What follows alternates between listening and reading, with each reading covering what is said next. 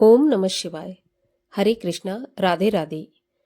स्वागत है आपका एक बार फिर से मेरे चैनल द रिलीजियस लाइफ में। भोलेनाथ की कृपा आप पर और आपके परिवार पर हमेशा बनी रहे। दोस्तों, आज की वीडियो में आप सुनेंगे 16 सोमवार व्रत की कथा। 16 सोमवार के व्रत भगवान भोलेनाथ को प्रसन्न करने के लिए 16 सोमवारों तक किए जाते हैं। ऐसी मान्यता है कि अगर हम किसी भी मनोकामना की पूर्ति के लिए संकल्प लेकर 16 सोमवार का व्रत करते हैं तो उस 16 सोमवार के अंदर अंदर हमारी जो भी मनोकामना है भगवान भोलेनाथ की कृपा से पूरी होती है। तो कथा शुरू करने से पहले आपसे अनुरोध है कि अगर अभी तक आपने मेरे चैनल को सब्सक्राइब नहीं किया है, पहली बार मेरे चैनल पर आए हैं, तो कृपया चैनल को सब्सक्राइब कर लें। वीडियो अच्छा लगे तो वीडियो को लाइक अवश्य करें और ज़्यादा से ज़्यादा शेयर करें। तो चलिए अब हम शुरू करते हैं 16 सोमवार व्रत की कथा। मृत्यु लोक में भ्रमण करने की इच्छा करके एक समय श्री भूतनाथ महादेव जी माता पार्वती के साथ पधारे। भ्रमण करते करते दोनों अमरावती नाम की अतीव रमणीक नगरी में पहुंचे। अमरावती नगरी अमरपुरी के समान सब प्रकार के सुखों से परिपूर्ण थी। उसमें वहां के महाराजा का बनाया हुआ अति रमणीक शिवजी का मंदिर बना था। उसमें भगवान शंकर माता पार्वती के साथ निवास करने लगे। एक समय माता पार्वती प्राणपति को प्रसन्न देख के मनोविनोद करने की इच्छा से बोली कि हे महाराज, आज तो हम दोनों चौसर खेलेंगे। शिवजी ने प्राणप्रिया की बात को मान लिया और चौसर खेलने लगे। उसी समय इस मंदिर का पुजारी ब्राह्मण मंदिर में पूजा करने आया। माता जी ने ब्राह्मण को प्रश्न किया कि पुजारी जी, बताओ कि इस बाजी में दोनों में किसकी जीत होगी। ब्राह्मण ने बिना विचारे ही शीघ्रता से बोल दिया कि महादेव जी की ही जीत होगी।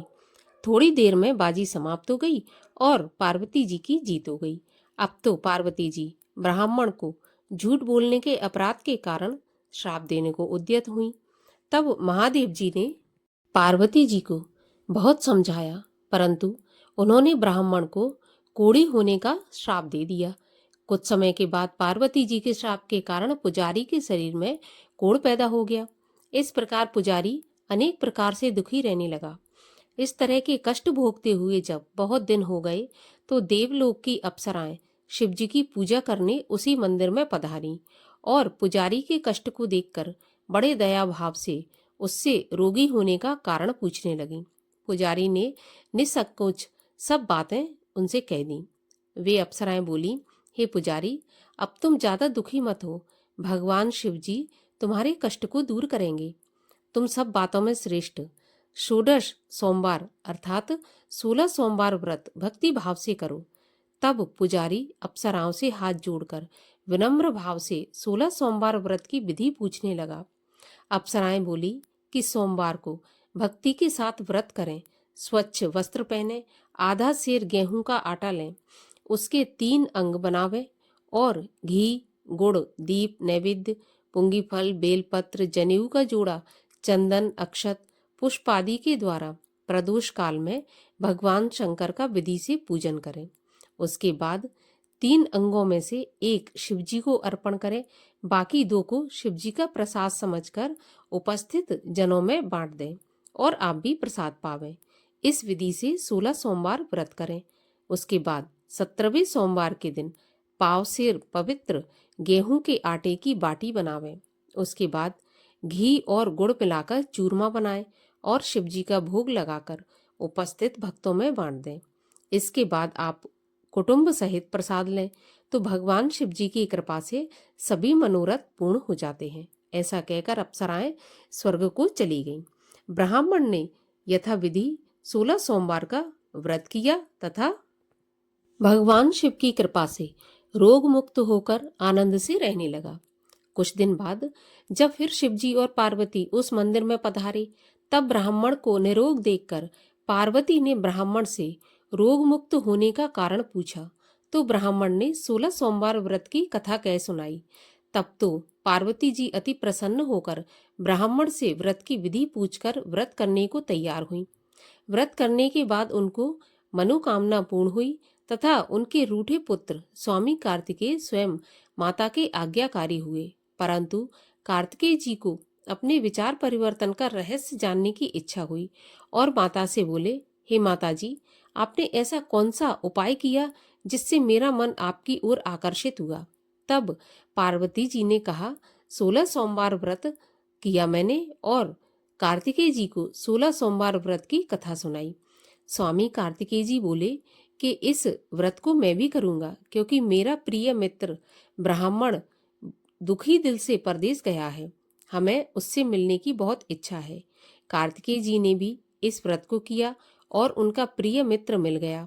मित्र ने इस आकस्मिक मिलन का भेद कार्तिकेय जी से पूछा तो वे बोले, हे मित्र, हमने तुम्हारे मिलने की इच्छा करके 16 सोमवार का व्रत किया था। अब तो ब्राह्मण मित्र को भी अपने विवाह की बड़ी इच्छा हुई। कार्तिकेय जी से व्रत की विधि पूछी और यथाविधि व्रत किया। व्रत के प्रभाव से जब वह किसी कार्यवश विदेश गया तो वहां के राजा की लड़की का स्वयंवर था। राजा ने प्रण किया था कि जिस राजकुमार के गले में सब प्रकार से श्रृंगारित हथनी माला डालेगी, मैं उसी के साथ अपनी प्यारी पुत्री का विवाह कर दूंगा।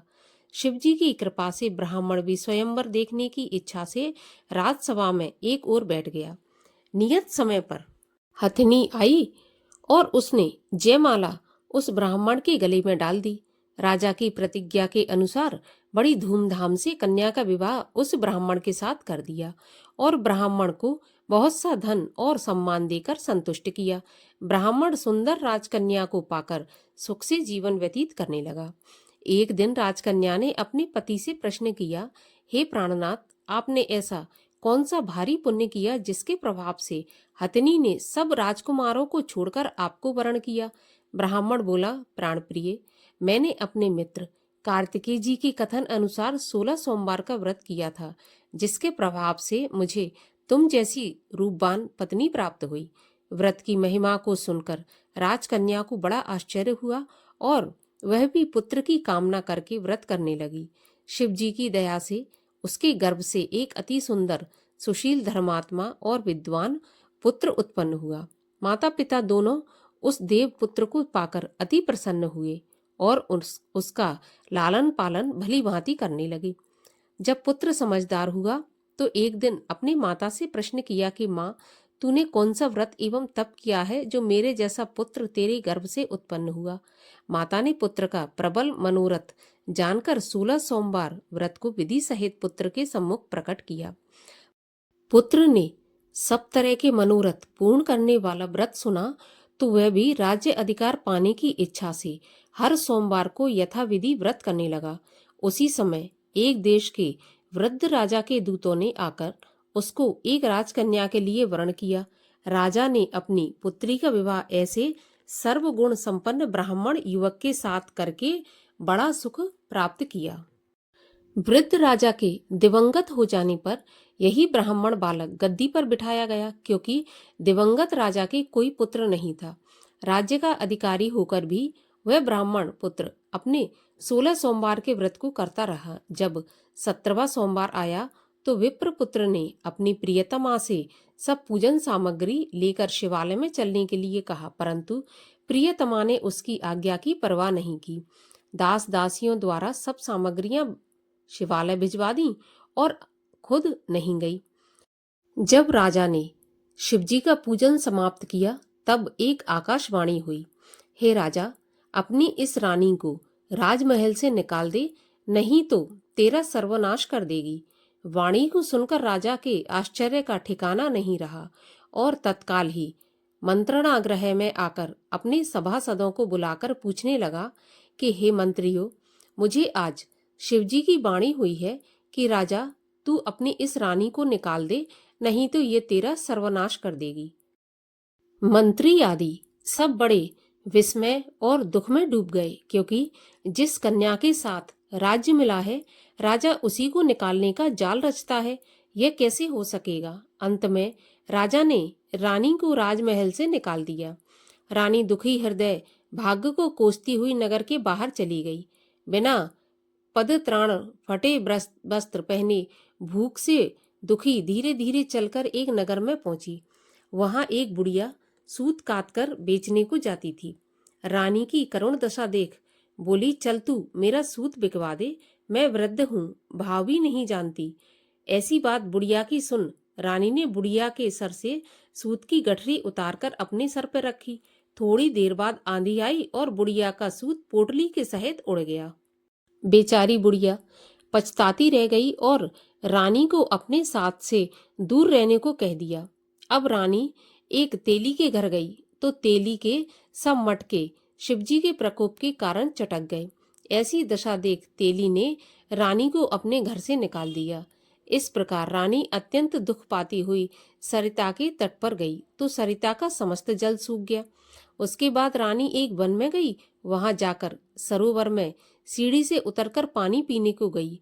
उसका हाथ जल से लगा और लगते ही सरोवर का नील कमल के समान जल गंदा हो गया। रानी ने भाग्य पर दोष देते हुए उस जल को पीकर शीतल छाया में विश्राम करना चाहा। वह रानी जिस पेड़ के नीचे जाती उस पेड़ के पत्ते तत्काल ही गिर जाते। वन सरोवर के जल की ऐसी दशा देखकर गऊ चराते ग्वालों ने अपने गुसाई जी से, जो उस जंगल में स्थित मंदिर में पुजारी थे, वहीं गुसाई जी के आदेश अनुसार ग्वाले रानी को पकड़कर गुसाई जी के पास ले गए। रानी की मुख कांति और शरीर की शोभा देख गुसाई जान गए, यह अवश्य ही कोई विधि की गति की मारी कोई कुलीन अबला है। ऐसा सोच पुजारी जी ने रानी के प्रति कहा कि पुत्री, मैं तुमको पुत्री के समान रखूंगा, तुम मेरे आश्रम में ही रहो, मैं तुमको किसी प्रकार का कष्ट नहीं होने दूंगा। गोसाई के ऐसे वचन सुनकर रानी को धीरज हुआ और आश्रम में रहने लगी। आश्रम में रानी जो भोजन बनाती उसमें कीड़े पड़ जाते, जल भर के लाती उसमें कीड़े पड़ जाते। अब तो गोसाई जी भी दुखी हुए और रानी से बोले कि हे बेटी, तेरे पर कौन से देवता का प्रकोप है जिससे तेरी ऐसी दशा है? पुजारी की बात सुन। रानी ने शिवजी की पूजा करने के लिए न जाने की कथा सुनाई तो पुजारी शिवजी महाराज की अनेक प्रकार से स्तुति करते हुए रानी से बोले कि पुत्री, तुम सब मनोरथों के पूर्ण करने वाले 16 सोमवार के व्रत को करो, उसके प्रभाव से अपने कष्ट से मुक्त हो जाओगी। गोसाई जी की बात सुनकर रानी ने 16 सोमवार के व्रत को किया। 17वें सोमवार को विधि विधान सहित पूजन किया। पूजन के प्रभाव से राजा के हृदय में विचार उत्पन्न हुआ कि रानी को गए बहुत दिन व्यतीत हो गए, ना जाने कहाँ कहाँ भटक रही होगी, उसे ढूंढना चाहिए। यह सोच रानी को तलाश करने के लिए चारों दिशाओं में दूत भेजे। वे तलाश करते हुए पुजारी के आश्रम में रानी को पाकर पुजारी से रानी को मांगने लगे, परंतु पुजारी ने उनसे मना कर दिया।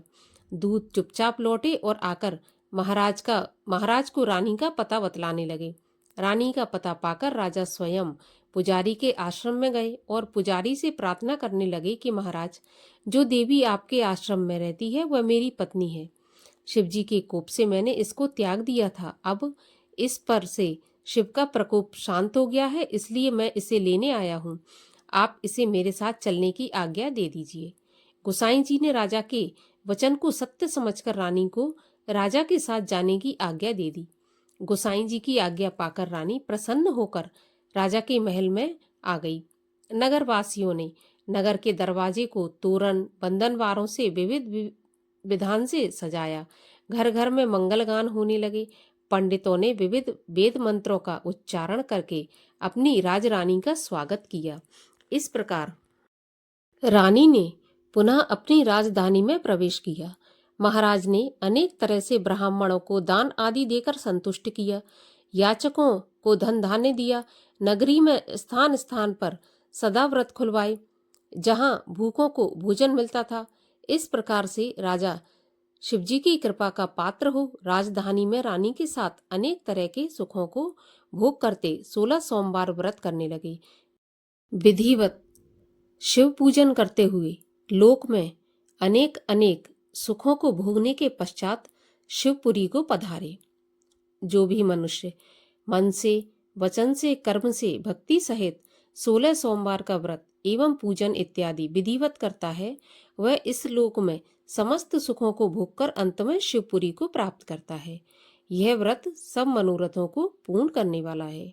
बोलिए भगवान शंकर की जय।